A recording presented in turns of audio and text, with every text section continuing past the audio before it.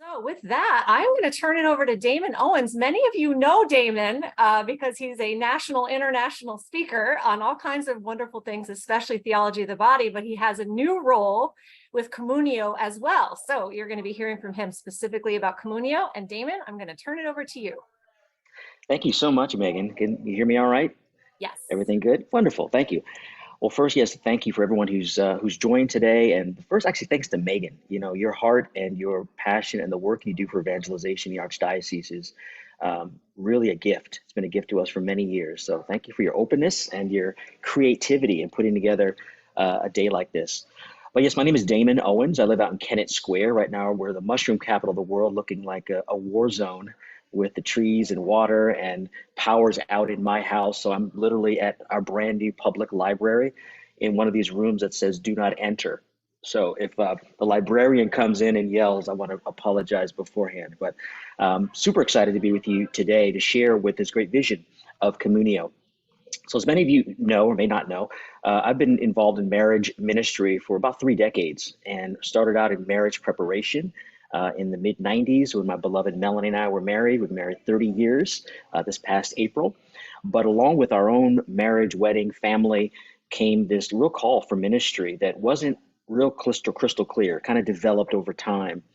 And in those years, the heart for other married couples, along with our marriage, really drove a passion, but also real work that got me out of the corporate world in 2002 to be full time with the Theology Body Institute, Ascension Press, and a number of publishers, but also just the gift of traveling literally around the world, around this country in different parishes and dioceses, bishops and pastors, and getting what I think is a pretty good handle about not just American Catholicism, but this whole issue and challenge and gifting around marriage and family.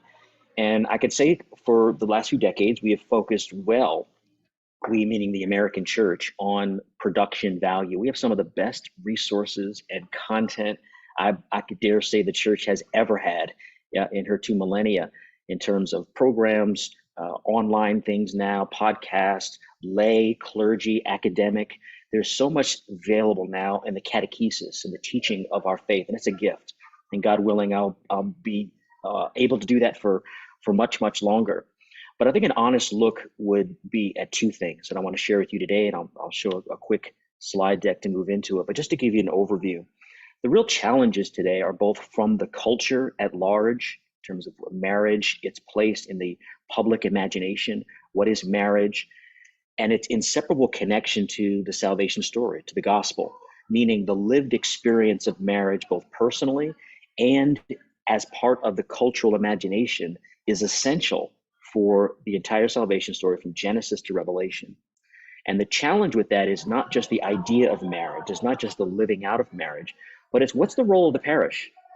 What's the role of the church to the typical, average, whatever median couple that's really struggling in marriage? And struggle in marriage is synonymous, you know, whether it's emotional, physical, intellectual, communicative, all the things that are there in the content. But there's still a lived experience that our church really has a privileged role that can affect both the culture and the experience within church. And that's where Communio fits in. Communio really is a model that is implemented in not for every parish. It really is I'll see in just a moment, for those parishes that are already on mission for marriage, that recognize from the pastor through the staff, through resources, that it's important that we have, you know, families, young, old, children, that are a vibrant part of our church, and recognizing that there are far more of those families that are not attending our parish than there are. So that heart for the evangelization, that we may not be able to draw them in just on the faith, but we can certainly draw them in on what we call marriage skills. There's real need, the felt need of couples that may literally be living across the street from the parish that have not made themselves available to the parish.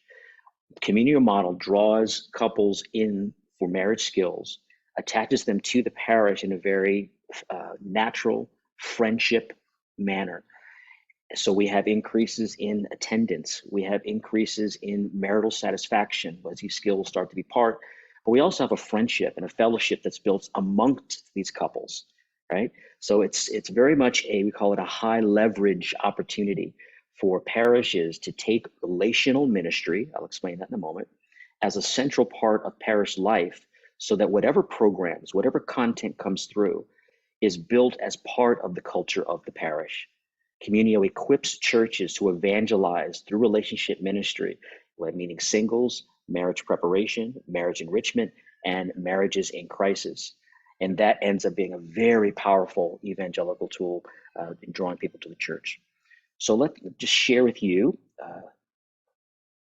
a shortened version of what I'll be able to share with you if we do get a chance to speak. To be very clear, my hopes for today are, first of all, the awareness of what Communio is, to maybe excite your imagination about how it might fit into your parish, your church, and then to move from there, to speak specifically about how this might work in your specific concrete and custom situation.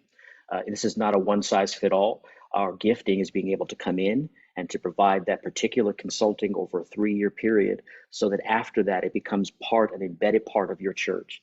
The ability to do this without necessarily external help, but it becomes again embedded in. So Communio,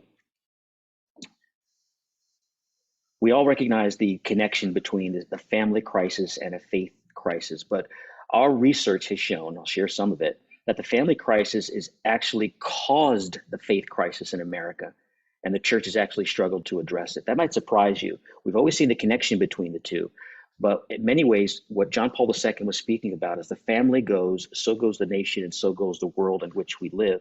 There's some very practical, operational truths about that it turns out that family structure has a direct impact on the passing of the faith from generation to generation. And you might think it the other way around, that if we strengthen the faith, then the families themselves and the marriages would be stronger. And you wouldn't be totally wrong, but the data is very clear that it is marriage and family that drives the intergenerational continuation of the practice of the faith. Since 2000, we've seen a 31% collapse in the marriage rate. These are numbers that if you're working in parish life, you've seen this. You've seen the number of couples that are approached or not approached for marriage. 31% since 2000, 61% reduction since 1970. In fact, it's 77 when we just look at sacramental marriages.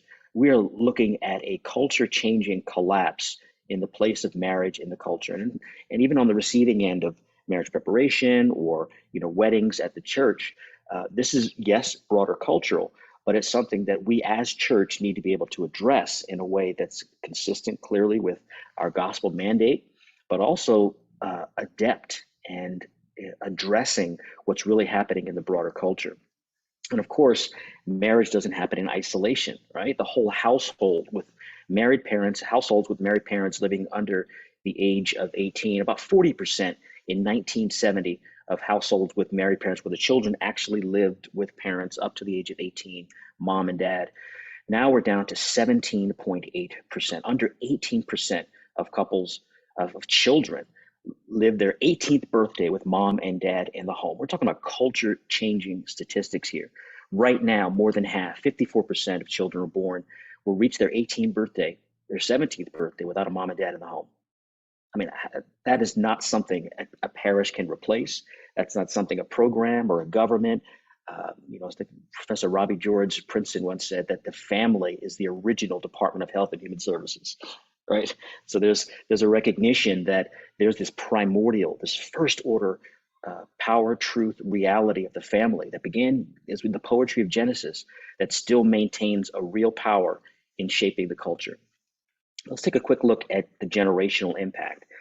You might have seen something like this statistically in terms of the rise of the nones, N-O-N-E-S, those who are not affiliated with any particular religious group. And they really started being tracked and started making attention in the mid-'80s. And that's an important point I'll come back to in a moment. But when you look generationally at who identifies as non-affiliated, there's this rise in the younger generations and the number of people that are identifying it, right? However, when you, as we've done, take attendance of who is in the pew, you see that the major factor of who is actually in the pew is family structure. Turns out, regardless of the generation that is in the pew, when you ask who has been raised to the age of 18 with mom and dad in the home, the attendance is nearly the same across all generations. This is a particular study the Communio commissioned, 19,000 people in pews in the United States. So we can see who is here, that yes, there's big differences in broad terms of generations, but they actually normalize when you take into account whether or not the family structure, the resident father, is there in the home. So yes, as the family goes, so goes the church. We can also say in bold terms that the churches, our parishes, would be full if the Gen X and millennials enjoyed the same family structure as boomers. Right? Now, this is ripe for a discussion. I'm ready to speak through some of the details of it. Right. The point here is that the family structure is essential, but clearly not. Um, there's more to it, right? It's essential, but it's not the fullness of it. We still have to teach. We still have to have a family life that edifies with this, right?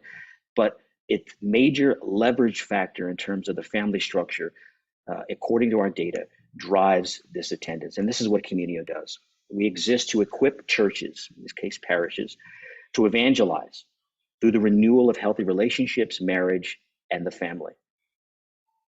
One of the big claim to fame, if you will, and proof of concept was a citywide application of this model at the beginning of 2015 when 4 cities were selected around the country where we were working with multiple churches, evangelical, Catholic, Protestant, to provide skill-based training. And one of the cities that popped out was Jacksonville, Florida. And you can see here, Men's Health magazine actually rated them the 6th worst city in America for marriage. That's a combination of marriage rate and also of staying marriage, divorce rates, right? So in that case, 50 plus churches, 55 actually, were given the opportunity to provide skill-based, whatever they wanted, 8+ hours of skill-based marriage training.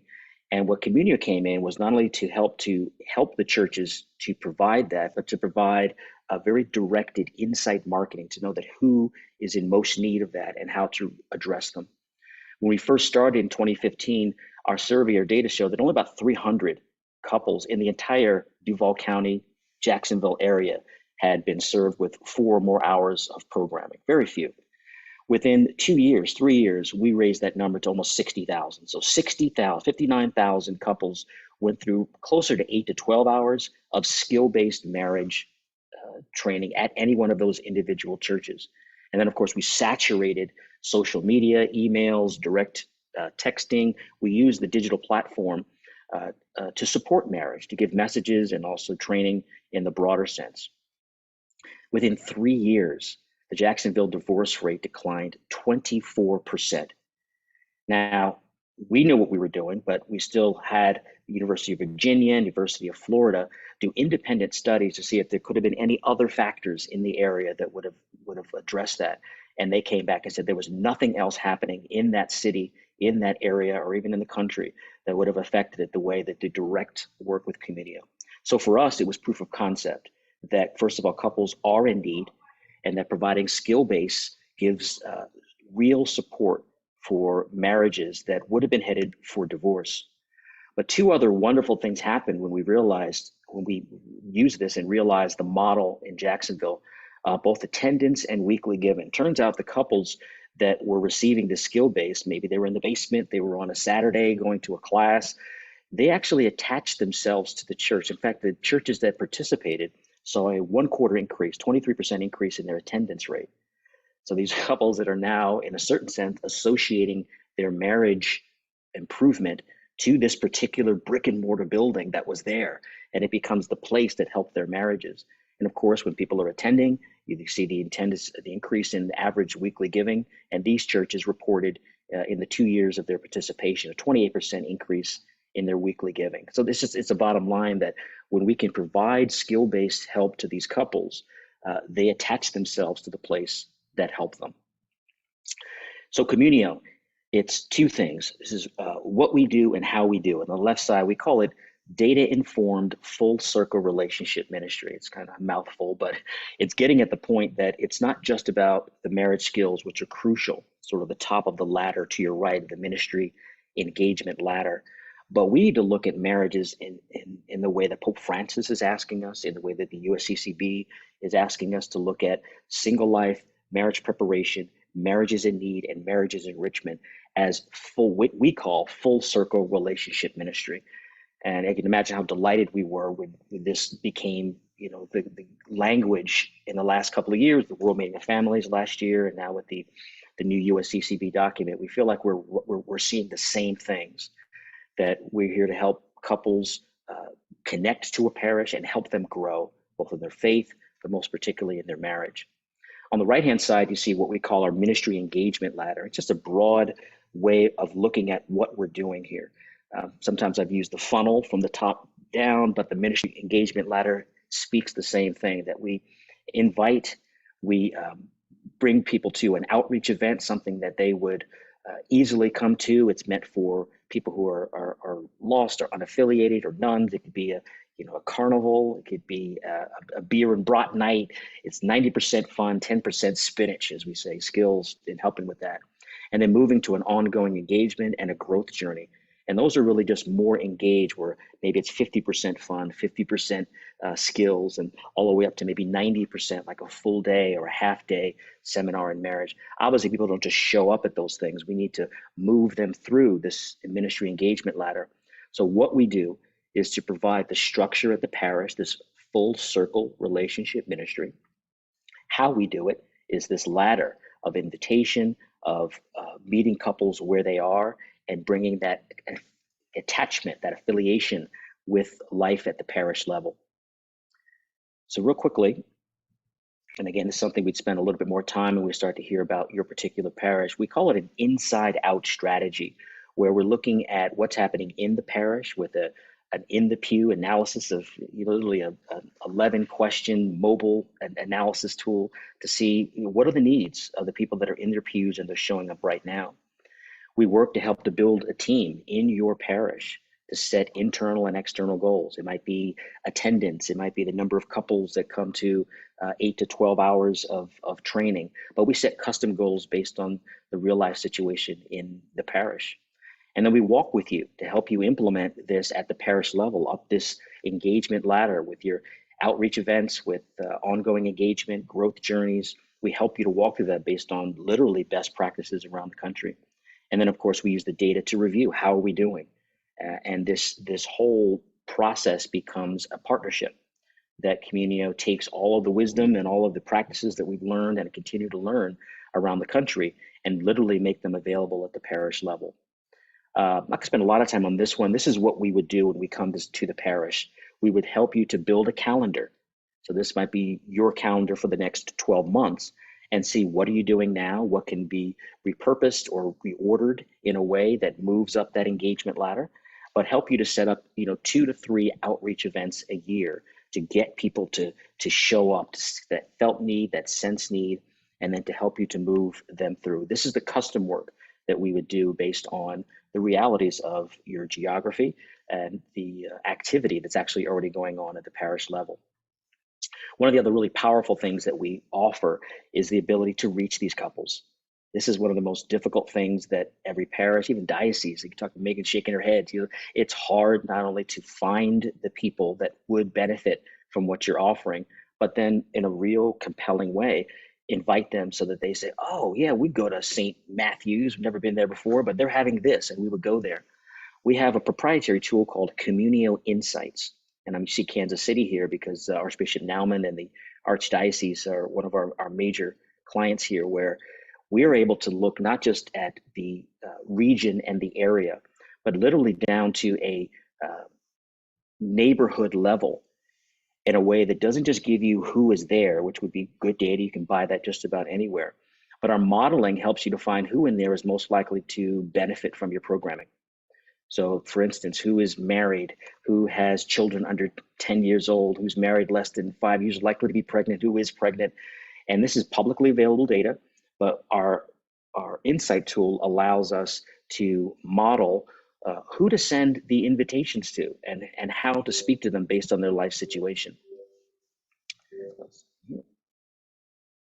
And we use social media, email, even printed materials for block walking and for direct mail, even person-to-person texting.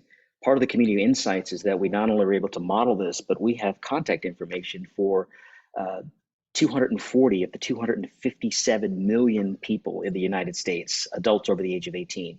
So this is very powerful, very targeted messaging to their felt need. And finally, just for the brevity here, the beauty, I think, of Communio is that it is an infrastructure, it is a competence, it is something that becomes part of your parish, to which you can use any program that we would help you in our consulting to discern which works well. But whether it's singles ministry, marriage preparation, marriage enrichment, or marriages in crisis, there's a plethora, as we said in the beginning, of great programming that's available, and it now makes that programming all the more effective. It now allows the expertise and the attention at the parish level based on this Communio model to continually being in front of the eyes of people who may not be your parishioners, or they may be your parishioners but not as engaged. So the in-reach helps you to reach those that are in the pews to become more engaged. The outreach of Communio draws new people into your parish that, for the most part, would be extremely difficult for them to be part of the daily and the weekly life. So Communio exists to equip churches to evangelize through healthy relationship ministry, singles, marriage preparation, marriage enrichment, and marriages in crisis. If there's any interest, if there's any excitement about that, both either the evangelization or in building real relational ministry at your parish, I would love to sit down, speak to about 30 minutes about how it might look and see whether or not it might be a good fit for the parish. And I just want to be very transparent. It's not a perfect fit. It's not a good fit for every parish, but only through the conversation can we figure out whether or not that is. So I'll drop it there and open up to any questions, comments from our viewers. Thank you so much, Damon. So the chat box is open. If you have any questions you'd like to ask, please feel free to type them in there. We'll give everybody a couple seconds to type in their questions. Let's see. In the meantime, while we wait for people to type in, Damon, could you just share, some of the ministries that you guys work with, like, right? So you're talking about various programs could be discerned and brought in to be kind of a part of the model. Are there specific ministries that you guys work with, just to kind of maybe bridge some familiarity for folks who? Sure, yeah. So let's start with marriage preparation. We're strong partners with Witness to Love, familiar with the Verettes and their mentor-based modeling program there. We actually have a whole queue of marriage enrichment resources. We had to build an entire page with curated information of groups that work well in the Catholic model. We work with evangelical, Protestant, and Catholic, so the resource pages would be tailored based on the faith tradition. But from the Catholic side, all of the major models and programs that you're familiar with run through the Communio model. Again, it's just a matter of connecting which ones work well with the situation. So I'd say one of the services that people have really appreciated is that of all the programs that are available there, which one should we use? So we don't just list them on a web page and resource. We've actually built, it's a resource in and of itself that has pros, cons, strengths, weaknesses. We sort them based on mentor model versus at home versus digital versus group. So we actually have a full active resource page for our clients to sort of choose the characteristics they like, and they'll actually get a pop-up with full description of the programs that are available in any of those: single, marriage preparation, marriage enrichment, or marriages in crisis. Great, thanks. All right, the big question: what is the financial cost to the parish? Yes, so the model is it's $2,500 per month for a 3-year contract. 1,000 of that goes directly to a marketing budget that's only used for you. So it's basically $1,500 a month for the consulting per month over a 3-year period. And then building up that marketing budget, which then says, okay, we want to use social media. So the social media, and those are just direct Facebook costs or printing costs if you want to print something. But we build into that with that to make sure that you have the resources available to exercise the marketing needs. But we begin at about $2,500 per month total for the parish to implement that. Okay. And I'll just throw in here too, the Office for the New Evangelization has some evangelization grant money. I am a firm believer in Communio and what they're doing. So like, feel free to also touch base with me about what I might be able to do to help a little bit with that financially. I don't have a lot, but I have some. So just so Yeah, you and we know. have a lot of flexibility. So that's the sort of like the front page, but within that, there's a lot of flexibility in terms of what actually works. First thing we do actually with the parish is just to see what is the plan together that would actually work, and then the pricing comes from that kind of engagement. Okay, thank you. Another question, what % of eligible parishioners tend to actually participate? Hmm. That's a good question. I assume you mean in the marriage programming that's available. Um, our measures, again, each parish has its own set of metrics and measures. The most common measures of success that we sit down with the team and create have to do with the number of new people that come to outreach events. Again, these are things that if you have them, we repurpose them. If you don't, we've got a whole resource page on things that work well around the country. So one of the measures here, not so much in the percentage of parishioners, it's that's more of an in-reach. The outreach is how many new people, new couples show up at outreach events and can move through the ministry ladder. The in-reach would be a very particular model, because, and I'm making the distinction because the focus of the marketing would be focused on the plan that we build with the parish.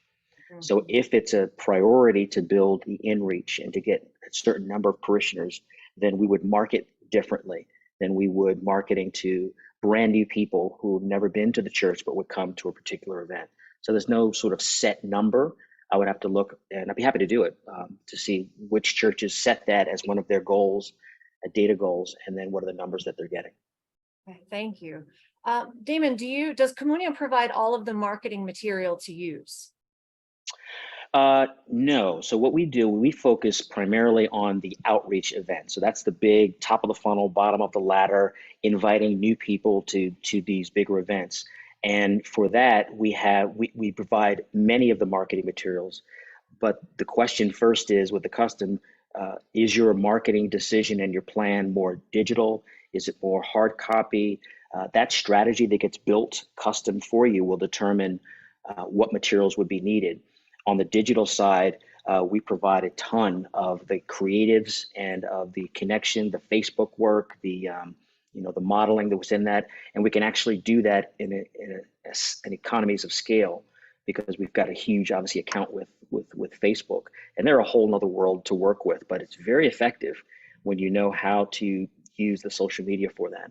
So later on, as you move into ongoing engagement events or growth journey events, meaning um, a weekend or an evening, we can help and consult with that, but we're not providing particular marketing materials for some of those later events. The bottom line is you're going to have more people that are already been pre-qualified from the outreach event. So it becomes a whole lot easier marketing to those people to show up at the later events.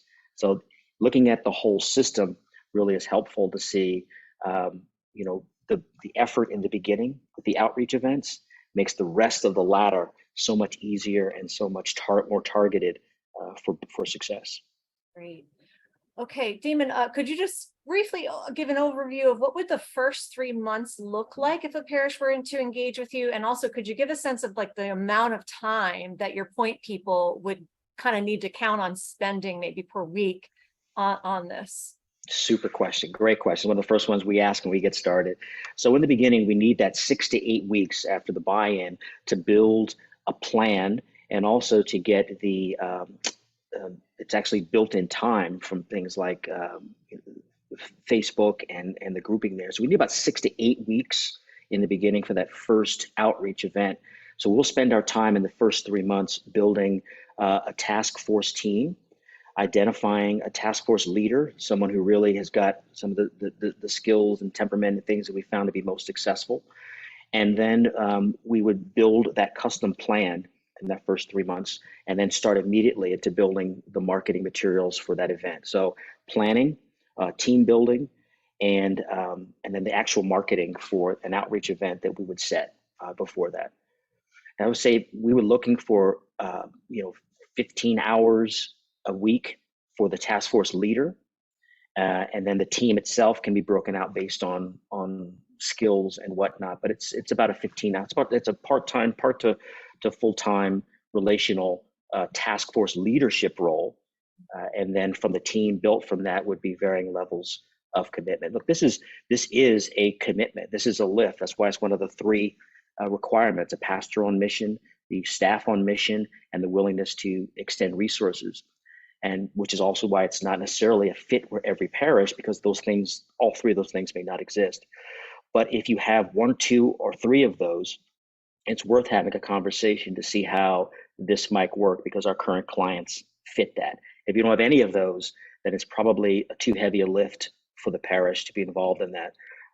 But again, it's worth the conversation to see, what would happen based on the particular size, location. A lot of that matters: rural, urban, suburban, that kind of dynamics. But we could take a look at our insight report, and I can get you an insight report on your community and tell you what the opportunity is when you get 100 new couples to join your parish over the next year and a half to 2 years, what that impact would be. Yeah, thanks. Okay, last question. How successful have you been in drawing in couples who are cohabitating and not attending church? That's a really good question. We take really extensive data from our parish clients and our church partners. I'm not sure we've broken it down into, we might have, I just might not be aware. I can find that out for you. Is that Ann O'Connell? Anne Marie, yes. Yeah, one of the things, Ann, is that is powerful, at least at that beginning outreach event, is that it is that draw in, it is that invitation based on 90% fun, 10% skill. And then from there, we find those felt need points of the skill base that they're looking for. It could be conflict resolution. It could be family of origin issues. It could be communication, all the typical things we have in marriage and marriage preparation work. By the time we get to the questions of cohabiting and for not attending church, that's actually the pond that we're swimming in. That's where we're fishing. We want to be able to draw those people to the parish and to see that their marriage, if they're not married, that their need for marriage matters, and that they're part of a community that actually cares about them. And then as they move through the relational ladder, then all of these important things come through in terms of the moral life and the virtues, intimacy, the meaning of marriage. Now we have the forum, both in their hearts and in the community, to get to some of the difficult issues about why they would make any changes in their life. But that to me is the most exciting part, that we now have a context to actually speak to that. Yeah, thank you very much. And everybody, I will send Damon's contact information out by email once we wrap this up. But Damon, if you want to type your email address in right now and give it to people, that would be there we go. Great. Just make sure to send it to everyone and not just me. There we go. That's right. Host and panelists, you already know who I am. So exactly. Yeah, there you go, everybody. Okay, good. That went to everyone. And you know what? Since we're making a transition here, we do have like 3 minutes. So I think one more question did come in. So do you have a specific examples of Catholic parishes who could share a witness? Like, would you be able to maybe connect people with other parishes that could give a witness testimony? Absolutely, Christine. Thanks for asking that question. We actually have a whole part of our data analysis at the end of our working with parishes is the surveys. So we have dozens of examples and testimonies and witnesses of parishes around the country who've been using Communio, and we do it every 6 months actually. So we have over a 3-year period we'll have 6 formal ones, but then we're constantly asking them what's working, what's not working, how is your data and your goals been met. So I'd be happy to share some of that. I don't have it in front of me right now, but that's something we take very, very seriously, and we use that to guide and to pivot and to move through. As I mentioned, we have the entire Archdiocese of Kansas City. It's one of our bigger clients, and there are many parishes there that we've already got enough data, but then a whole lot more parishes. I think of over 70 parishes as well around the country that have already been through the full 3-year, that I'd be happy to share all of that data with. It's pretty exciting. Awesome. Well, thanks so much for being with us, Damon.